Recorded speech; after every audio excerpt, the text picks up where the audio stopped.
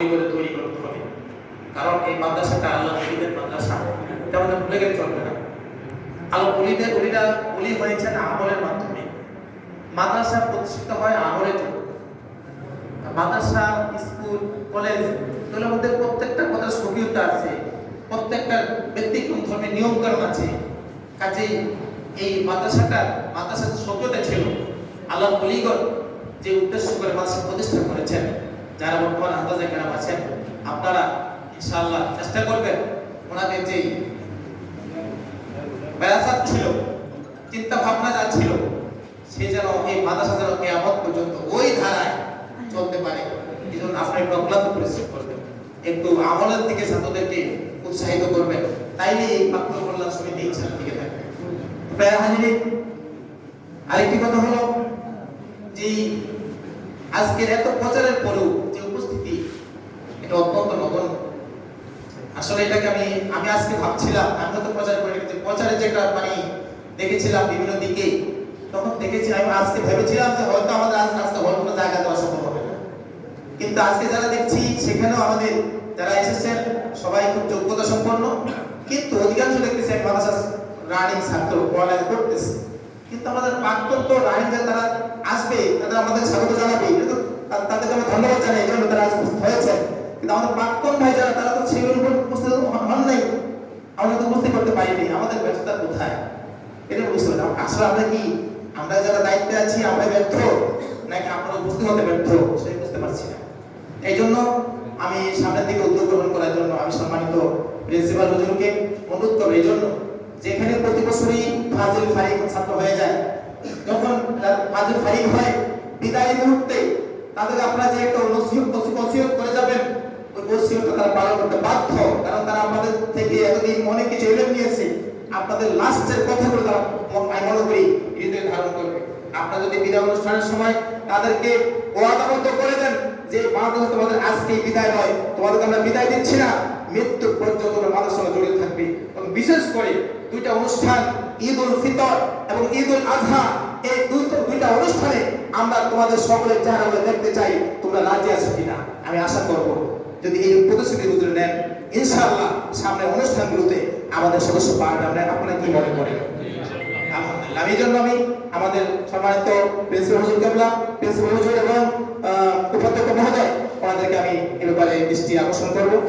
আর কথা হলো, আজকে আমাদের প্রাণটা ভরে যায় যে আমরা আমাদের পিছন দিকে তাকালে কিছু কিতাব আমরা সংগ্রহ করতে পেরেছি। এটা আপনাদেরই দানের বদৌলতে হয়েছে। ইনশাআল্লাহ সামনে আমরা আশা করব যে এই আলমিরাটাকে আমরা আরো সমৃদ্ধ করব। এই জন্য আপনাদেরকে আমি একটু প্রেরণের কথা দিয়ে দিই, সেটা হলো এটা আপনার, বিশেষ করে আমরা সবাই তো মাহে রমজানে যাকাত প্রদান করি, ঠিক কিনা করি না? আমি না করে আমার বাবা তো করে, আমার চাচাই তো করে।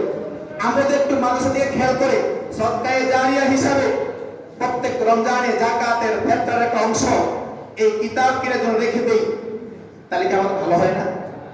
আপনি তো অনেক দান করবেন, সেই দান করার চাইতে এই দান করাটা আমি মনে করবো অনেক অনেক অনেক বেশি ফজিলত, ঠিক কিনা বলে? এটা সদকায়ে জারিয়া হিসাবে কাজ থাকবে, মৃত্যু পরেও কিয়ামত পর্যন্ত যতদিন মাদ্রাসা থাকবে ততদিন এই কিতাব থাকবে, ছাত্ররা পড়বে।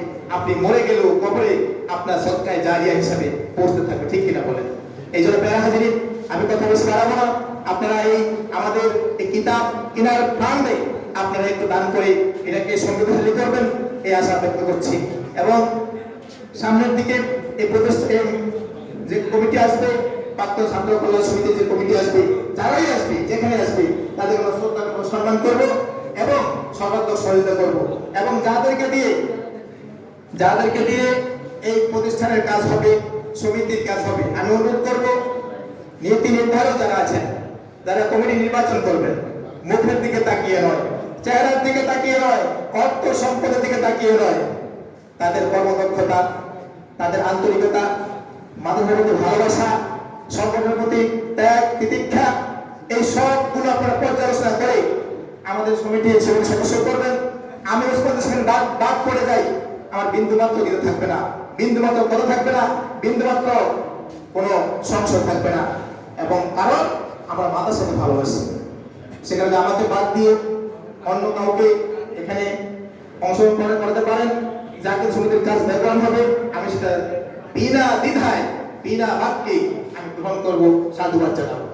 সর্বশেষ যে কমিটি আমরা উপহার পাবো, যাদেরকেই পাবো সবাইকে আন্তরিক হয়ে সমিতির জন্য, মাদ্রাসার জন্য, সর্বোপরি দ্বীনের জন্য কাজ করার জন্য নিজকে নিবেদিত করবেন এই প্রত্যাশা রেখে, এবং সমিতির দিন দিন উত্তরোত্তর এবং এই মাদ্রাসার এবং এই ছাত্র ভাইদের দিন দিন উত্তরোত্তর সমৃদ্ধি এবং ভালোবাসা কামনা করে, আপনাদের সবার মঙ্গলময় জীবন প্রত্যাশা করে আমার সংক্ষিপ্ত আলোচনা এখানে সমাপ্ত করলাম। ভুল হলে ক্ষমা সুদৃষ্টি দেখবেন। আর আরেকটা কথা আমি একটা ভুলে গেছি, বিশেষ করে আমাদের এই মাদ্রাসাটা প্রাক্তন ছাত্র কল্যাণ সমিতি। আজকে চিন্তা করতে চাই আমাদের এই প্রাক্তন ছাত্র কল্যাণ সমিতির একজন সদস্য, যুগ্ম সম্পাদক মনে হয় আব্দুল গফুর রহমতুল্লাহ আলাইহি, কিছুদিন পূর্বে আমাদের থেকে সে চলে গেছে। দোয়া করি আল্লাহ তাআলা তার কবরটাকে জান্নাতুল উচ্চ মাকাম নসিব করুক, তাকে জান্নাতুল উচ্চ মাকাম নসিব করুক, কিয়ামত পর্যন্ত তার কবর আযাব আল্লাহ মাফ করে দিন। তো বিশেষ করে তার মা, তার স্ত্রী এবং তার দুইটা মেয়ে আছে, ঢাকা দারুন নাজার আলিয়া মাদ্রাসা পড়ালেখা করছে মহিলা শাখায়। তা আমরা যেদিন ওনার মৃত্যু হয়েছিল, ওদের আমরা জানাজা সব গিয়েছিল, অনেক আলেম সেদিন উপস্থিত ছিল। সে উপস্থিত মজলিসে আমরা একত্রিত হয়ে মিটিং করেছিলাম কি করে এই অসহায় পরিবারটাকে, অসহায় স্ত্রীকে, সন্তানদেরকে পাশে দাঁড়াতে পারি। সেখানে আমরা বিভিন্ন সংগঠন থেকে আমরা একটা ওয়াদাবদ্ধ হয়েছিল, একটা প্রতিশ্রুতি আমরা দিয়েছিলাম। বিশেষ করে আমাদের এই প্রাক্তন ছাত্র কল্যাণ সমিতির পক্ষ থেকে 50,000 টাকার একটা অনুদান দেওয়ার জন্য আমরা প্রতিশ্রুতিবদ্ধ হয়েছিলাম, এবং আমাদের জমিয়ত হিজবুল্লাহ ছাত্র জেলার পক্ষ থেকে আমরা 1 লক্ষ টাকার একটা প্রতিশ্রুতিবদ্ধ হয়েছি। বিভিন্ন সংগঠন থেকে আমরা দিয়েছিলাম। চাঁদপুর জেলার জমিয়ত হিজবুল্লাহর পক্ষ থেকে আমি ঈদের আগের দিন আমি নিজে গিয়ে সেখানে 64,300 টাকা তাদের হাতে দিয়েছিলাম। বাকিটাও আমরা ইনশাআল্লাহ সংগ্রহ করার চেষ্টা করছি। আশা করি আজকের এই মিটিং থেকে যে আমাদের প্রাক্তন ছাত্র কল্যাণ সমিতির পক্ষ থেকে যে 50,000 টাকা স্বীকৃতি দেওয়া হয়েছিল, ওই ব্যাপারে আপনারা সবাই আন্তরিক হবেন, একটু যাতে করে সেখানটা আমরা সংগ্রহ করে অসহায় পরিবারের হাতে একটু পৌঁছে দিতে পারি। সেটা আমাদের প্রাক্তন ছাত্র কল্যাণ সমিতি হিসাবে এটা আমাদের দায়িত্ব পুরোপুরি পালন করতে না পারলেও সামান্য হলেও যেন আমরা পালন করতে পারি।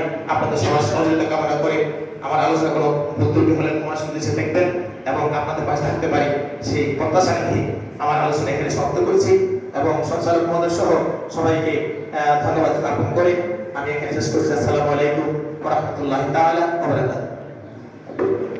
ধন্যবাদ।